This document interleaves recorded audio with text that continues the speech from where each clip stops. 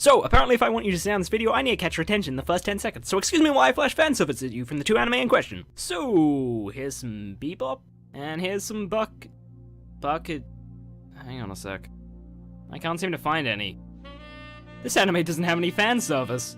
Jesus Christ, Japan, I didn't think you had it in you. Anyway, now that I have your attention, I decided Baccano and Bebop would be great for reverses because they both share a very unique aesthetic style. A style that resonates through setting, characters, music, and animation. In the grand world of anime reviews, which basically just consists of Giga Nakata for me, reviewers have come up with a special name for this. What was it again? Rule of Drool? Yeah, that was it. The rule of drool basically means that a show's shortcomings can be made up for with its unique style, class, and dignified sense of taste. Okay then, dignified and classy with the lone exception of that one scene. Fuck you! So, a good place to start when comparing these two is this rule. Let's start by looking at Cowboy Bebop. It's a sci-fi with a very blues-inspired feel. It changes from very relaxed with a serious tone, to dark and edgy, to philosophical. And these elements are usually really good when they come up, but see, they had their choice moments. That unique blues feel isn't exactly overflowing in every scene. Well, the serious tone kinda does. And that's what I hear people find very unique about Cowboy Bebop. And fair enough, I'll admit having characters that don't pull stupid faces every 5 seconds is original, but sometimes it's like just a serious tone, without any sort of philosophy or blues type atmosphere, and it's just kinda meh. Comparing this to Baccano, I honestly have to say that Baccano's aesthetic style is way more emphasized. Baccano is set within a fictional United States during various time periods, most notably the Prohibition era.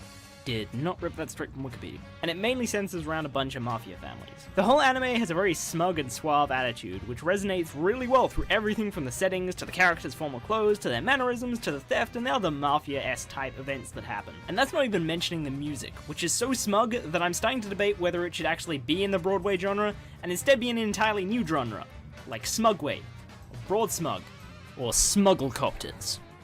Wait, no, those first two are stupid. See, in Cowboy Bebop, 80% of the stylish blues-inspired lines came from Spike. But in Baccano, that mafia/1930s/suave kind of style and dialogue that is completely unique to the modern day resonates through all the characters. And holy shit, there's like a million of them! Now, you might have your own preference as to which style you like more, but fuck your opinion, no one cares about you. Shut up. So that's my 2 cents on the rule of cool. But that's not all these shows are, so let's compare them on the actual story design as well. You know, I really thought this was going to be a tough competition before I started watching Bebop. I'd heard some great things from it. Heck, it's even critically acclaimed. Whatever that means. But I was like, yeah, this is going to be awesome. And I saw people saying this. Fuck. Yeah, this show's kinda hyped if you ask me.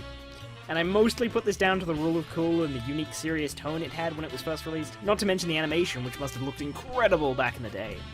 For that, really don't blame anyone for calling it a masterpiece back then. But timeless?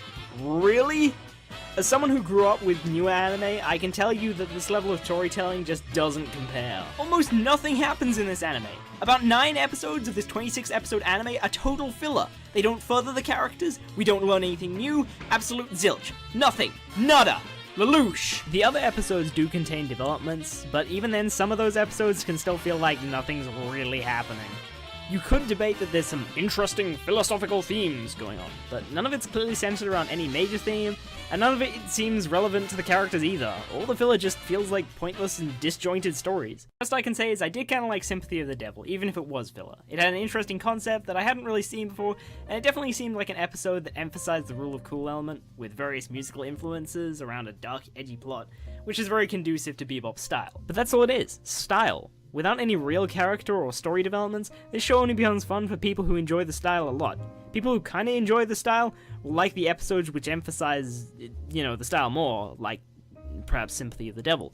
But then for the people who don't really like the style, there's nothing. Not even near enough development in the plot to pull them through the series. Don't believe me? Check some reviews for Cowboy Bebop. More of the comments on these videos say things like, I personally didn't like this show, more than any other anime I've seen. Out of my personal group of friends, one really liked it, another also liked it, but he didn't like the lack of development, and the last one found it plain boring and couldn't get through it. Given that I was kinda like meh about it, that's a pretty big discrepancy. especially since I can mention anime like Gurren Lagann and Death Note, and the vote is pretty much unanimous. So yeah, that's my rant on why I don't think Bebop is a timeless freaking masterpiece. So yeah, if you want to send me hate mail and letter bombs, my PO box is 123 go fuck! As you probably guessed by now, Baccano is obviously the winner. Where the timeless masterpiece is lacking, Baccano makes up for it with an extremely intricate plot and something happening in every scene, and character development in every episode. You're not gonna hate this anime just because you don't like the style. I actually felt attached to the characters in Baccano because of how they changed throughout the story. Heck, even episode 13 got a tear out of me. In fact, about my only problem with Baccano is its start, which is confusing as fuck because how many plot elements are thrown at you from the get-go. That made me quit at episode 3 in the first try, but after all the good things I heard, I tried again, and I did get the gist of things by about episode 5.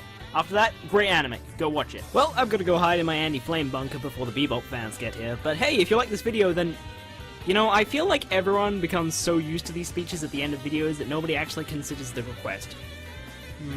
There's got to be a way to make you... Ooh, I got an idea! If you like this video, please like, subscribe, and add to your favorites. Ciao!